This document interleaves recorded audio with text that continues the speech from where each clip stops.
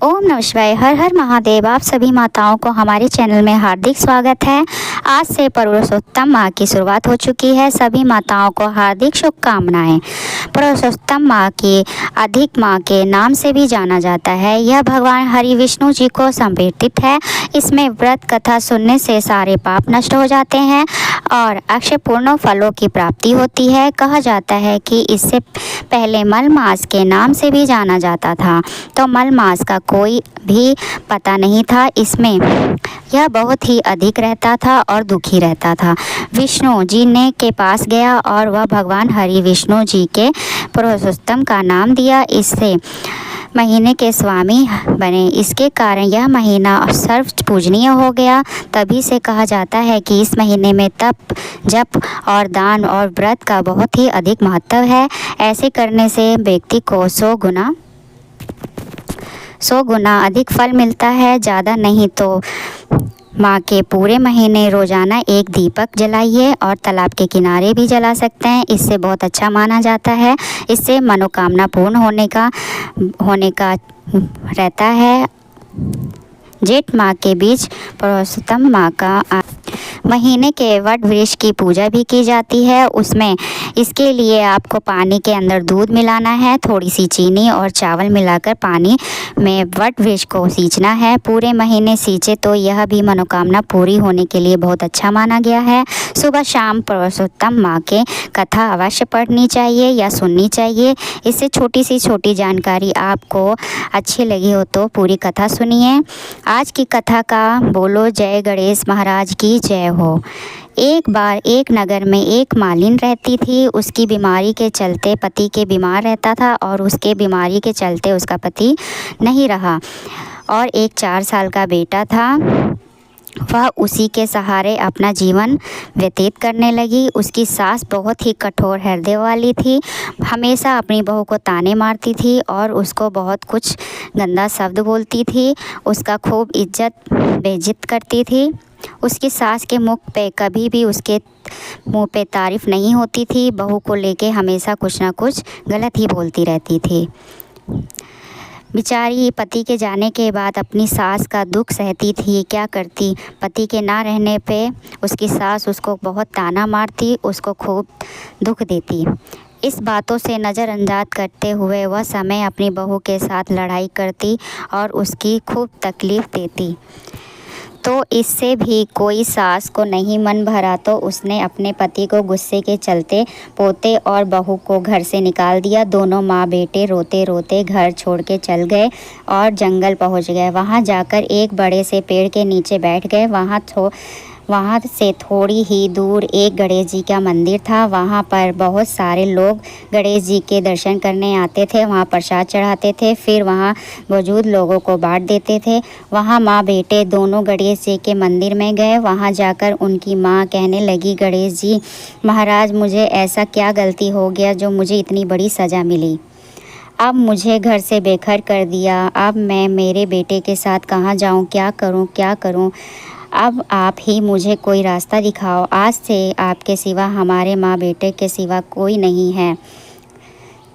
जो गणेश जी के प्रसाद वहाँ बांटते थे, उसी प्रसाद को खाकर माँ बेटे का गुजारा चलने लगा। सुबह शाम दोनों माँ बेटे गणेश जी की पूजा पाठ करने लगते हैं और एक दिन बैठे बैठे गणेश जी की कृपा से उन दोनों को मन में आया कि क्यों ना हम जंगल के फूल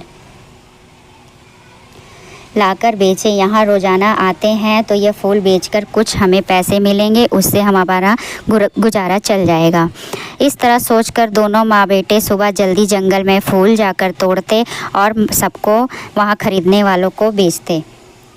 जब गणेश जी के भक्त वहाँ आते, उसने फूल खरीदते और बदले में उन्हें कुछ रुपए देते। तो इस तरह फूल बेचते बेचते कई दिन ऐसे ही गुजर गए और उन्होंने उसी पैसे को इकट्ठा कर पूजा की सामग्री और प्रसाद लाकर बेचने लगे। गणेश जी की कृपा से आमदनी बढ़ने लगी। धीरे धीरे उनके पास इतना रुपया इकट्ठा हो गया, उन्होंने एक मकान भी बना लिया और फिर पास में एक दुकान बना ली।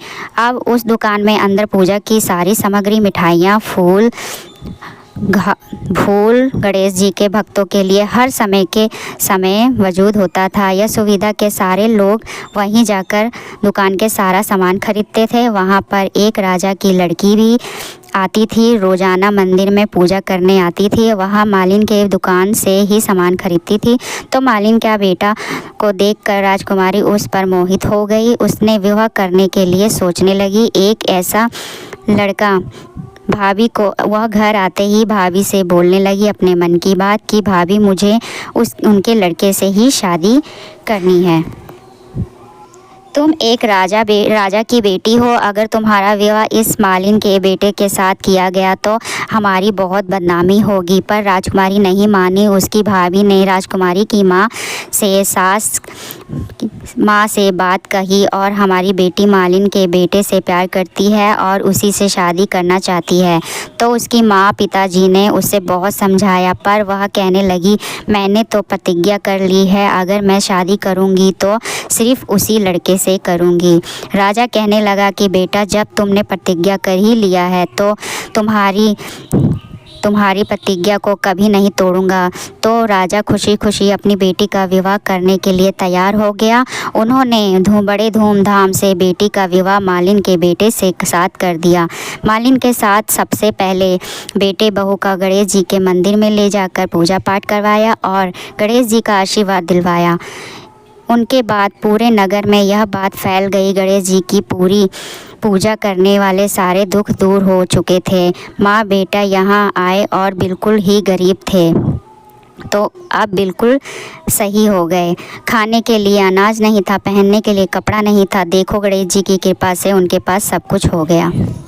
कितना धन हो गया। आज इस लड़के की शादी राजकुमारी के बेटी के साथ हो गई। गांव वाले उसी गणेश जी के मंदिर में पूजा करने आने लगे। उन्हीं के दुकान से सामान खरीदते। ऐसा करने से मालिन के बेटे का काम दिन भर अच्छा चलने लगा। उसी से बेटे का काम कितना धन हो गया। आज इस लड़के की शादी राजकुमारी की बेटी के साथ हो गई तो सारे गांव वाले उसी गणेश मंदिर में पूजा करने के लिए आने लगे और उन्हीं के दुकान से सामान खरीदते। ऐसा करने से मालिन के बेटे का काम दिन दुगना और रात चुगना तरक्की करने लगा। और उधर जिस दिन मालिन की सास ने उन बेटे को घर से निकाला था उसी दिन से उनके रूठ गए थे। उनके घर में आटा ना कोई सामान कुछ भी नहीं था। धीरे धीरे वह सामान भी आ गया। जब बुढ़िया को यह समय का भोजन भी नहीं नसीब हुआ तो उसे भूखा मरता देखकर गांव के लोग उस पर बिल्कुल ही दया नहीं दिखते थे। कहते थे कि अपनी बेचारी बहू को बहुत इसने लड़ाया है, तंग किया है, परेशान किया है, उसको खूब तरसाया है। वह बेचारी आज ना जाने कहाँ होगी। पहले तो भगवान ने उससे उसका पति छीन लिया और फिर एक मत घर का सहारा भी था वो भी छीन लिया। यह सुनकर बुढ़िया को अपने किए पर बहुत ही पछतावा हुआ। गांव वालों के कहने पर वह बहुत दुखी हुई और रोती बिलखती गांव छोड़कर निकल गई। चलते चलते उसी जंगल में पहुंची गई जहां गणेश जी का मंदिर था। वहां पहुंचकर मालिन के बेटे से कहने लगी वहाँ पे आके मुझसे 2 वक्त की रोटी दिया करो, इसके बदले मैं तुम्हारा सारा काम कर दूँगी। तो लड़के को दया आ गई। उसने उसे काम पर रख लिया और उसने अपनी दादी को नहीं पहचाना। उसने कहा बुढ़िया को भोजन करवाना। फिर भी बुढ़िया काम करने लगी। जैसा ही शाम हुई वैसी मालिन घर आई। उसने अपनी सास को देखते ही पहचान लिया और कहने लगी सासू माँ आप यहाँ कैसे। तो सास ने पोते की तरह इशारा करके कहा मेरी इस सेठ से यहाँ नौकरी लग गई है। तो उनकी बहू कहने लगी सासू माँ आप यह कैसी बातें कर रही हैं।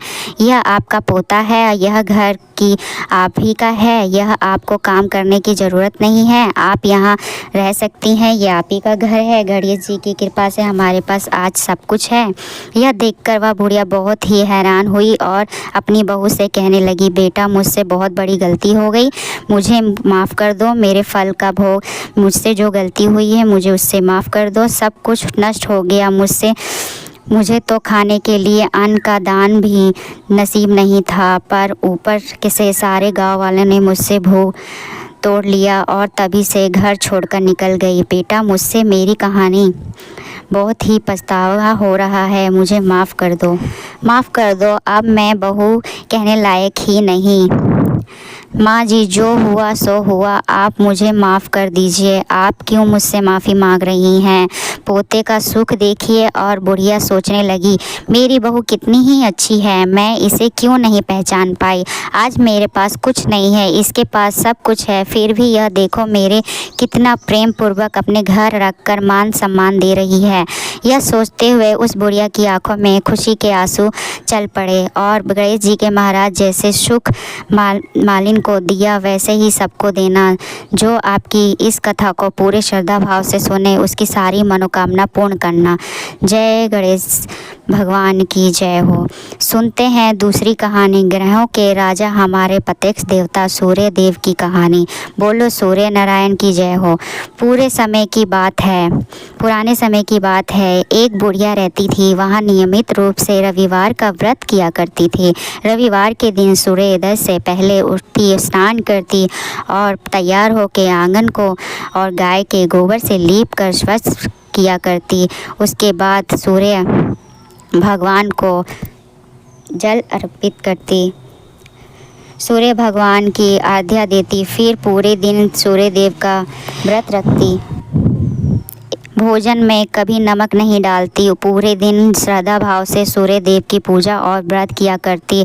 भगवान सूर्य देव के उसके भक्ति भाव से बहुत प्रसन्न थे। बुढ़िया को किसी भी तरह की कोई चिंता नहीं थी। उसके घर में धन बहुत था, पर बुढ़िया को खुशी देखकर उसके पड़ोसन उससे बहुत ही जलती थी। बुढ़िया के गाय नहीं थी, तो वह बुढ़िया का उस पड़ोस के घर से गाय का गोबर लाकर आंगन को लीपती। पड़ोस वाले सोचने लगे, बुढ़िया को गाय का गोबर ना मिले तो आंगन कैसे लीपेगी, आंगन नहीं लीप पाएगी तो रविवार का व्रत कैसे, पूजा पाठ कैसे करेगी।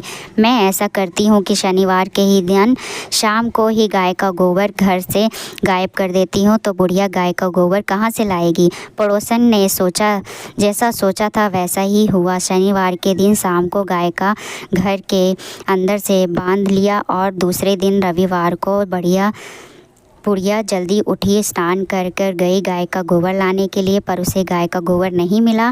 फिर पड़ोसन की गाय भी नहीं थी।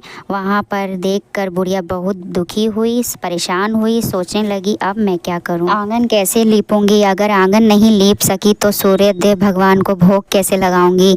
तो इसी तरह विचार करते हुए बुढ़िया सारा दिन गुजार दिया और ना आंगन लीप सकी, ना भगवान को भोग लगाया और स्वयं खुद भोजन किया।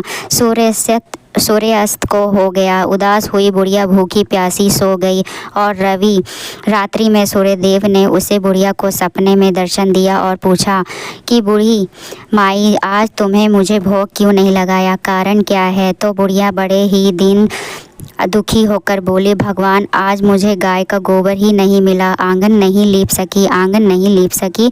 इसका कारण यही है, मेरा व्रत अधूरा रह गया, पूजा पाठ नहीं कर पाए। सूर्य देव मुझे माफ़ कर दीजिए, क्षमा कर दीजिए।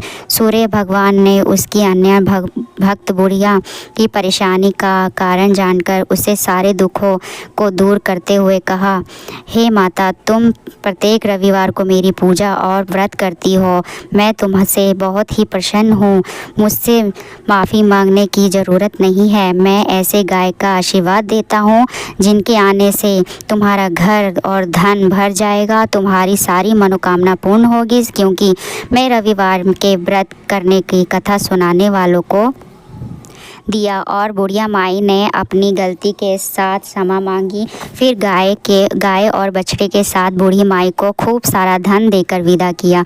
फिर राजा ने पूरे राज्य में घोषणा करवाई कि सारे स्त्री पुरुष रविवार के व्रत करें। रविवार का व्रत करने से सभी लोगों के घर धनवान भर जाता है, चारों ओर खुशहाली छा गई। तभी से शारीरिक कष्ट दूर हो गए। राज्य के सारे स्त्री पुरुष सुखपूर्वक जीवन व्यतीत करने लगे। बोले सूर्य भगवान की जय हो। अब हमने सुनते हैं कृष्ण जी की कहानी। बोलो कृष्ण कन्हैया जी।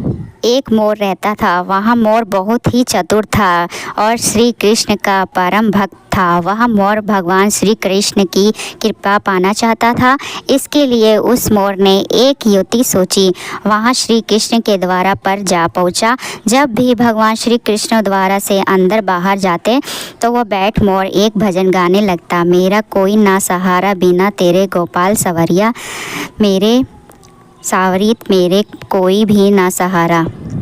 यही गुनगुनाता रहता। दिन बीत गया, 2 दिन बीत गया, फिर इसी तरह पूरा साल, 1 साल बीत गया, परंतु श्री कृष्ण भगवान ने उसकी एक ना सुनी तो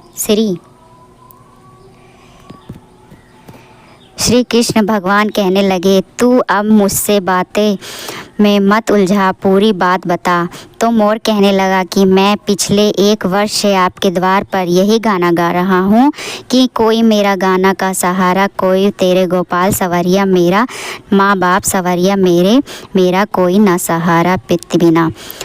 तेरा गोपाल सवरिया मेरा आपने कभी भी भजन की ओर ध्यान नहीं दिया, तो मैं दुखी होकर मैना के साथ बरसने चला गया। इस प्रकार कहते हैं मोर ने सारा व्यतीत श्री कृष्ण जी को कहकर सुना कर दिया। हरे कृष्णा, जय श्री कृष्णा। इसका भाग 2 मैं अगले वीडियो में आप लोग से शेयर करूंगी। प्लीज़ आप लोग को ये मेरा कैसा लगा वीडियो, इसमें लाइक, कमेंट एंड सब्सक्राइब ज़रूर करें। ऐसे ही भक्ति चैनल को सब्सक्राइब करें ताकि मैं आपको जितना भी वीडियो डालूं आप तक पहुंच पाए। चैनल को सब्सक्राइब करिए। राधे राधे।